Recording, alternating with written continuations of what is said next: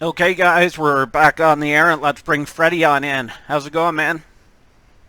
Hey, Mark, how's it going, guys? Thanks for having me on the show. Oh, we appreciate you taking the time out for us. So, just talk about your opponent for Saturday night, Cody.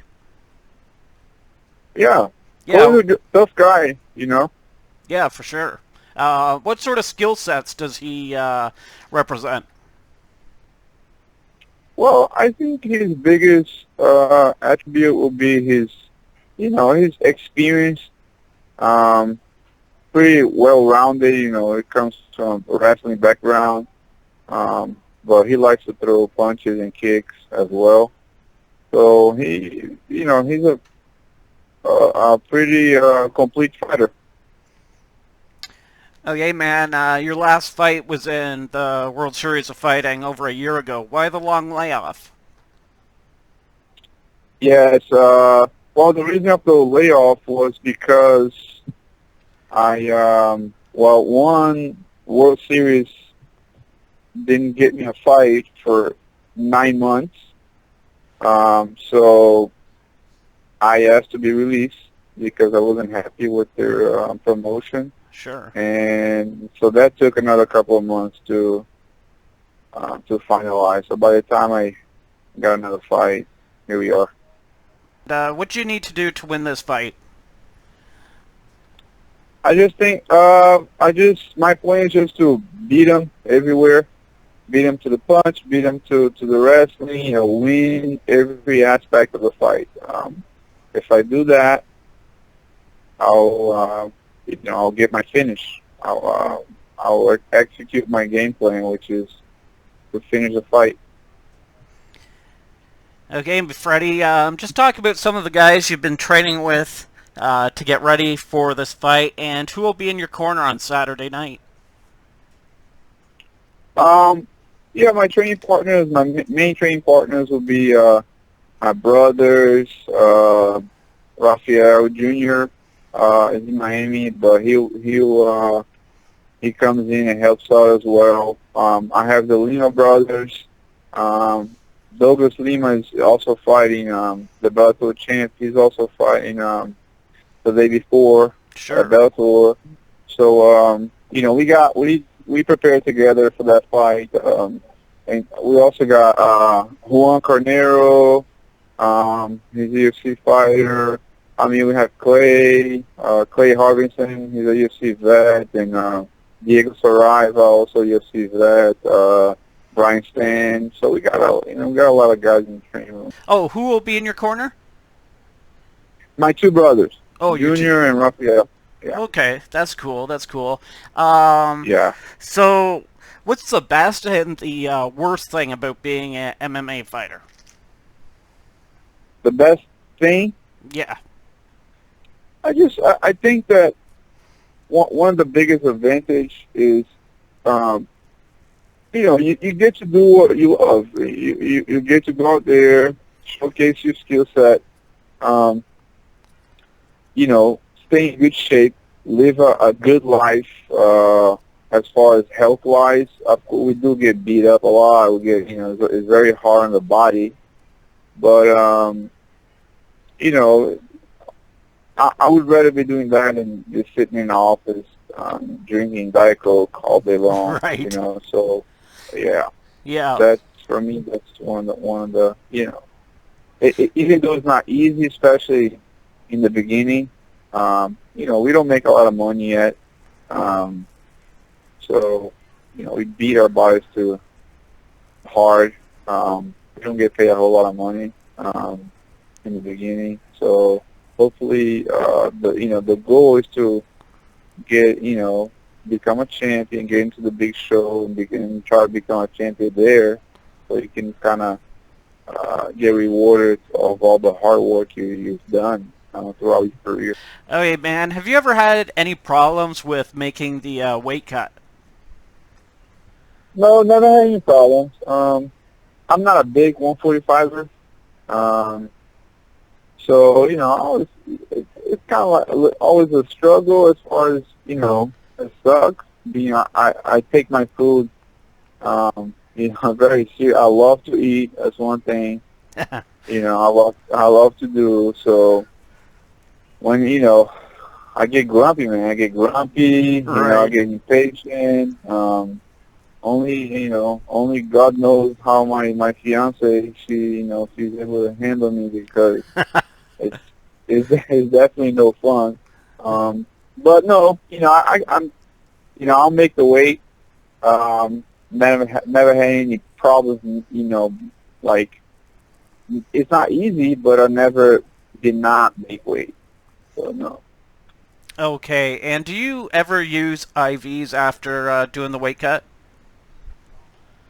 Sometimes I do, sometimes I don't. It really depends on if we have like a certified nurse available. I think my last fight I did IV, we had one there. But I've also done no IV. Um, for me, the difference just because I don't.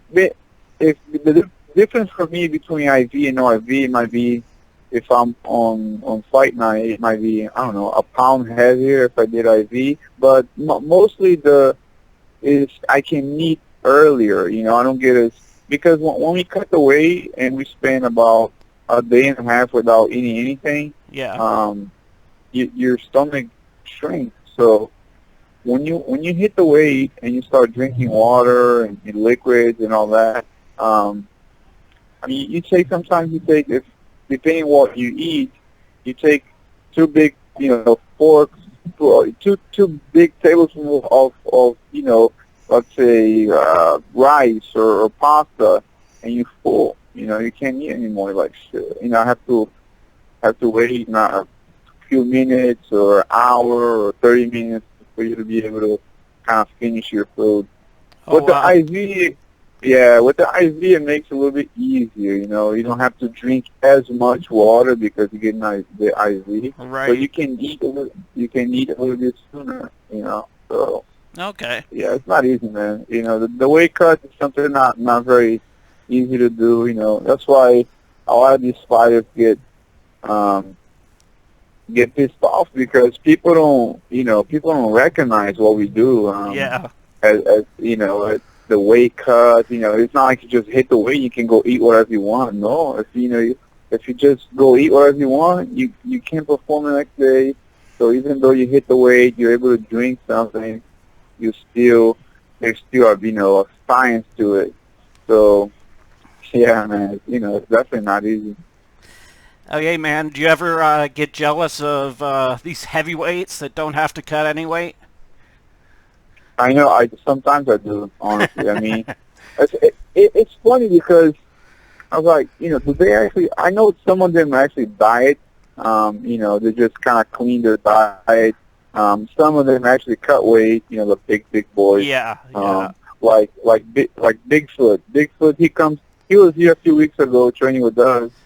Because my coach Juan Cornero is also his head coach. Okay. Um, so he was here and he cuts about 20-25 pounds. So even Wow. though he's a heavyweight, but he cuts a little bit of weight as well. So, but for the ones that are like light, like lighter, like Cain Velasquez, Yeah. he only fights at around 230 or something. Yeah. I mean, it must be good, just Yeah. going like a normal day and eat, and so yeah, man. Okay, man. There's a lot of injuries going on in mixed martial arts right now. How's your health coming into this fight? That's great. I'm truly blessed. This training camp it's not easy going to a going to a fight 100%. You never really 100% because we push so hard. Um, but I don't have any major injuries. Nothing that would stop me from doing anything like my last fight. My last fight, I was fresh out of ACL surgery, so my knee was really, really bothering me. It would hurt. It would click. It would get swollen. So I wasn't 100%. It was 60% of the fighter that I am. on my last fight, and probably the one before that too, because that was before I told my ACL the I had a bad left knee, and I ended up tearing my right knee, my good knee, Oh because I man. was using, yeah, I was using kind of like what Saint Pierre happened to Saint Pierre. You know, Okay. you compensate so much one side, and then you end up tearing that good side. So it was no fun, you know. But thank God now, you know, I'm healthy. I'm 100% healthy. Everything good, no injuries. I'll be good to go. Part of it. Okay, man. We'll wrap this up here. Just give us a prediction on the fight. How would you think it'll finish? I think second round. Um, second round finish. KO submission. I'll be looking for the finish for sure. Any sponsors you'd like to thank or promote your social media? Social media, Twitter, Facebook, and Instagram is Freddy Assuncao, Freddy underline Assuncao. Um, as of now, sponsors. I got a couple local sponsors, CMOs and 3M Film. I would like, and mainly my training partners. I just those guys help me a lot. My coaches, all my coaches, my family, my brothers. Um, that's about it. Okay, man. Well, thanks for giving us the time and best of luck with the fight. Thank you, sir. Thanks for having me on the show.